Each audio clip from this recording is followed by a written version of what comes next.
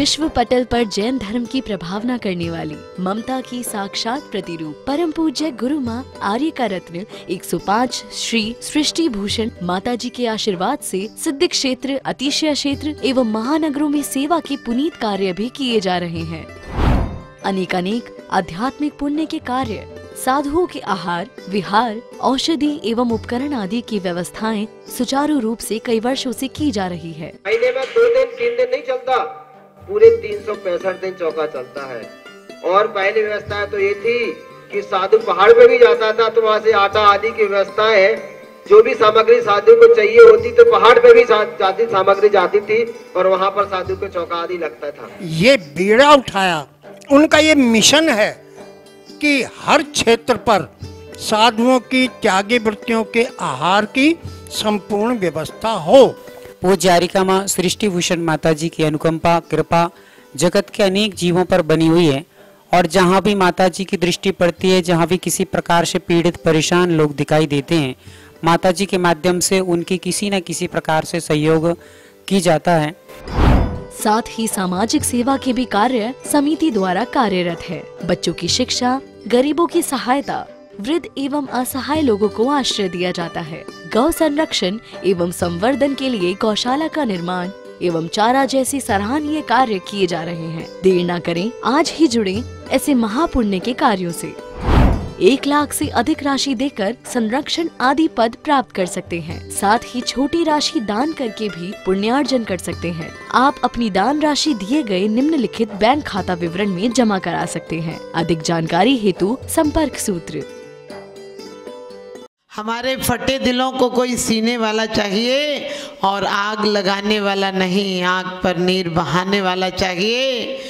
अहिंसा और सत्य के उपदेश सुनते सुनते सदियां गुजर गई। अहिंसा और सत्य के उपदेश सुनते सुनते सदियां गुजर गई। अब तो इन सिद्धांतों पर जीने वाला चाहिए। अब तो इन सिद्धांतों पर जीने वाला चाहिए। भोजन तैयार है, भोजन तैयार है, खाने के लिए थाली चाहिए और पानी तैयार है, पानी पीने के लिए प्याली चाहिए। और जीवन कहते हो जिसे, वो जीवन नहीं, जीवन तो एक उपवन है जिसे एक सुंदर माली चाहिए, जिसे एक सुंदर माली चाहिए। क्योंकि आदमी जी रहा है लेकिन जीने के आनंद नहीं ले पा रहा। जीने के नाम पर वो जो करना चाहिए वो सब कर रहा है। हमारे तीर्थंकरों को, हमारे मुनियों को जो आनंद में डूबकर आनंद आया था उसकी नकल कर रहा है। और नकल में अकल नहीं लगी तो नकल बेकार है। सच्चाई छुप नहीं सकती बनावट के उसूलों से, खुशबू आ नहीं सकती कभी कागज के फूलों से। हमने नकल की है, अकल नहीं लगाई है। हम कहते हैं 16 का मतलब ये नहीं है। 16 का मतलब है जीवन को सुंदर बनाना। स्त्री के 16 श्रृंगार होते हैं। आपको पता है स्त्री यदि 16 श्रृंगार करती है तो सुंदर लगती है। 16 साल का युवक सुंदर लगता है। चंद्रमा की 16 कलाएं हो तो पूर्ण लगती हैं। इसी प्रकार से इंसान को जीवन का पूर्ण आनंद लेना हो तो 16 का मतलब वो नहीं है जो छू छू छू करो। क्योंकि आपको पता है, आप पूजा में भी पढ़ते हैं कि द्रव्य का अवलंबन लिया है भावों को शुद्ध करने के लिए। आप सोचिए, जो भोजन करते हो मात्र भोजन नहीं है, आपका अध्यात्म भोजन। यदि भजन नहीं बन जाए तो भोजन बेकार है। हमारा भोजन कैसे भजन बने?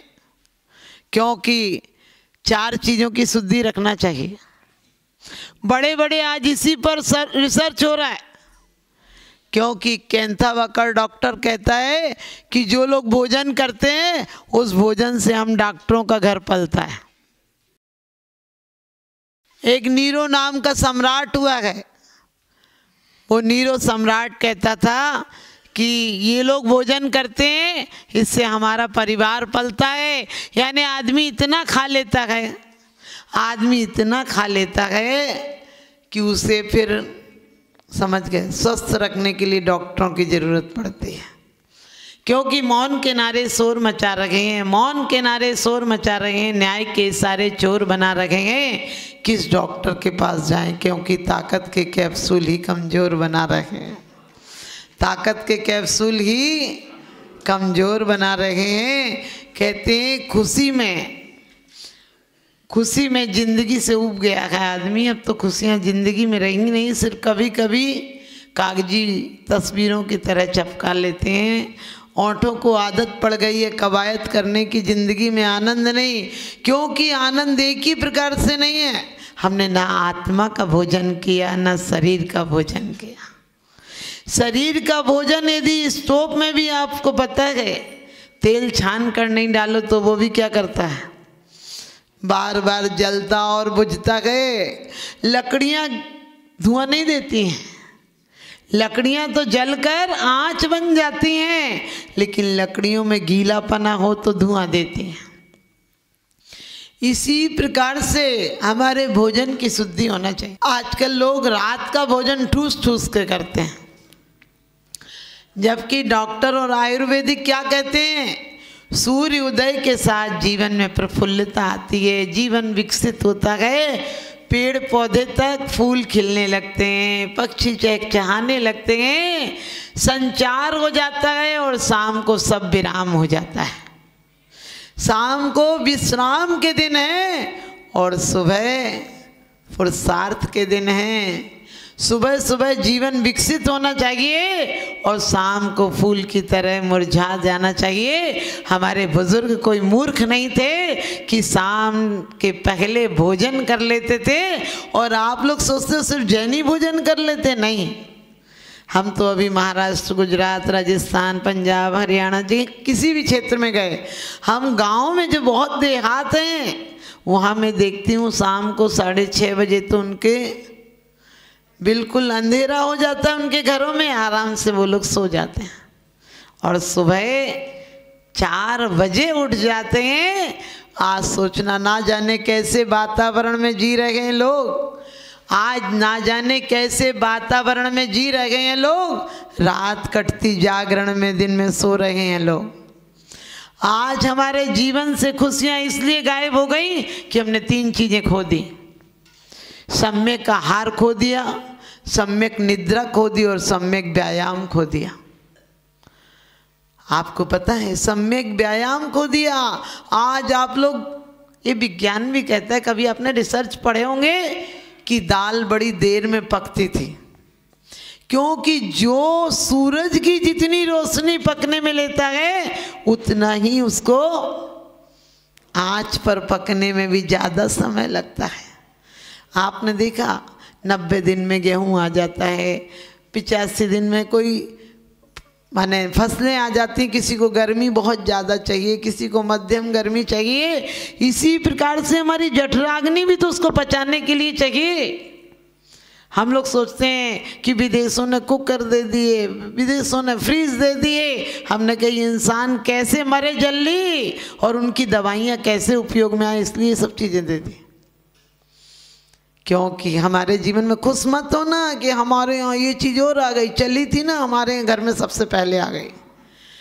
एक केंट वाकर वैज्ञानिक था, उसने एक बुजुर्ग से कहा कि अब आप रेड चलाते हो, अब तो मशीन चल गई है, एक बटन दबाओ और पानी आ जाता। उसने कहा चुप रहे, मुझे भी पता है, लेकिन मैं नहीं चाहता हूँ कि मेरा बेटा जवानी में बूढ़ा हो जाए। अरे अभी तो मैं 80 साल का हूँ और जवान हूँ, तू क्या चाहता है कि मेरे बेटे निकम्मे हो जाएं, कायर हो जाएं, काहिल हो जाएं, बुज़दिल हो जाएं, मायूस हो जाएं, इनकी ज़िंदगी की खुशियाँ मर जाएं। आज आप किसको परिवार को अच्छा समझते, सब चीज़ के नौकर लगे हैं, कोई काम ही नहीं। हमने कहीं निठल्ली दिमाग खाएगी, खाली दिमाग शैतान का घर। फिर क्या व्हाट्सअप चलाएगी, ये चीज़ देखेगी, वो चीज़ देखेगी, ये मंगाएगी, वो मंगाएगी, क्या करेगी खाली। इससे अच्छा है कि घर में दिमाग लगाए रखो। पहले भले घर छोटे लेकिन दिल बड़े हुआ करते थे, सामान कम लेकिन सम्मान ज़्यादा हुआ करता था। सामान कम लेकिन सम्मान ज़्यादा हुआ करता था। अब आदमी तो दिखता ही नहीं, सामान ही सामान दिखता है घर में। आदमी कम हो गया, सामान ज़्यादा हो गया, आदमी पत्थर दिल हो गया, घर बस से बदतर हो गया। क्योंकि कहते हैं बेहतर से बेहतर की तलाश कर, और नदी मिल जाए तो समंदर की तलाश कर।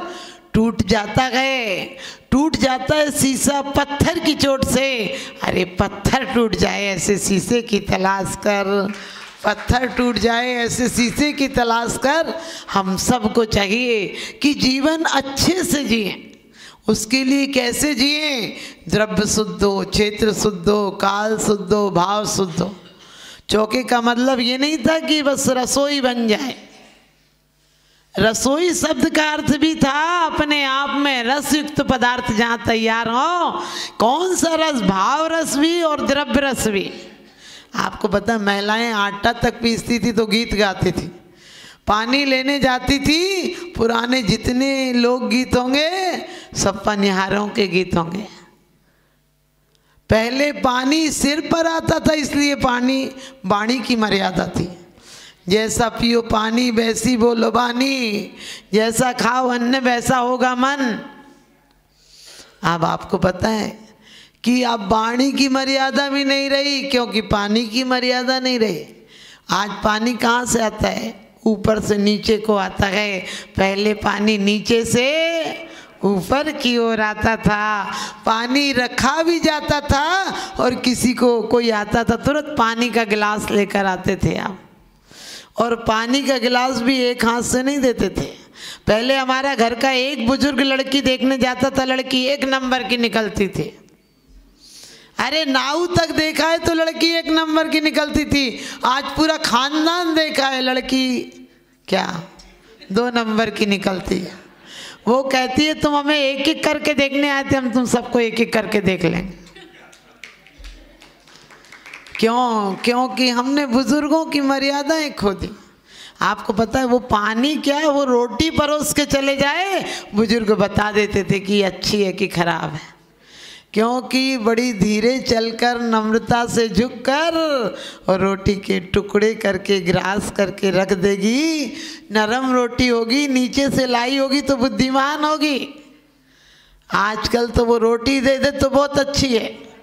एक सास बोली माता जी अभी तो नहीं आती हूँ, बाद में आऊँगी। मैंने कहा क्यों? बोले बहू आ जाएगी तो गरम गरम रोटी मिलेगी। मैंने कहा गरम गरम रोटी मिलेगी या खरी खोटी मिलेगी तो तेरे मुकद्दर की बात है। तो वास्तव में ध्यान रखना, बहुओं की आशा करते थे, बेटा भी यहाँ से निकल गया। आप लोग तो अच्छे होंगे बंगाली वाले, आपके नहीं निकले होंगे, लेकिन हकीकत यही है। लोग कहते हैं अब तो सास सीधी हो गई, उनके बेचारी को रहना पड़ेगा सीधा, नहीं रहेगी तो क्या घर में 3 तेरे हो जाएंगे, इसलिए चुपचाप रहना पड़ेगा। लेकिन ये मत सोचना ज़्यादा तारीफ की सास बेचारी चुपचाप है तो तुम सोच रही बड़ी अच्छी हो गई, क्योंकि उसके दिल में कोई कसक है। तो हमें अपना दिल इतना बड़ा करना चाहिए कि कभी उन्होंने कुछ बात कही है तो हंस कर कहो मम्मी आज के बाद। वैसे तो मम्मी बोलना ही नहीं चाहिए। मम्मी किसको बोलते हैं? मम्मी यानी मरी हुई लाशों को जो रखी जाती है उसे मम्मी कहते हैं। केमिकल में सुरक्षित रखी जाती है उसे मम्मी कहते हैं। और अब चाचा की पत्नी चाची होती है, दादा की पत्नी दादी होती है, फूफा की पत्नी फूफी होती है, जीजा की पत्नी जीजी होती है, तो पापा की पत्नी कौन हुई? आप ही लोग कह रहे फाफी। बिल्कुल मत बोलो, वो सर फिरे लोग होते हैं जो अपने देश को जहाँ कहते हैं। हम भारत वाले तो अपने देश को भी माँ कहते हैं, हम भारत वाले तो अपने देश को भी माँ कहते हैं। तो द्रव्य शुद्ध हो, क्षेत्र शुद्ध हो, काल शुद्ध हो, भाव शुद्ध हो, तब वो क्या गए? चौका गए।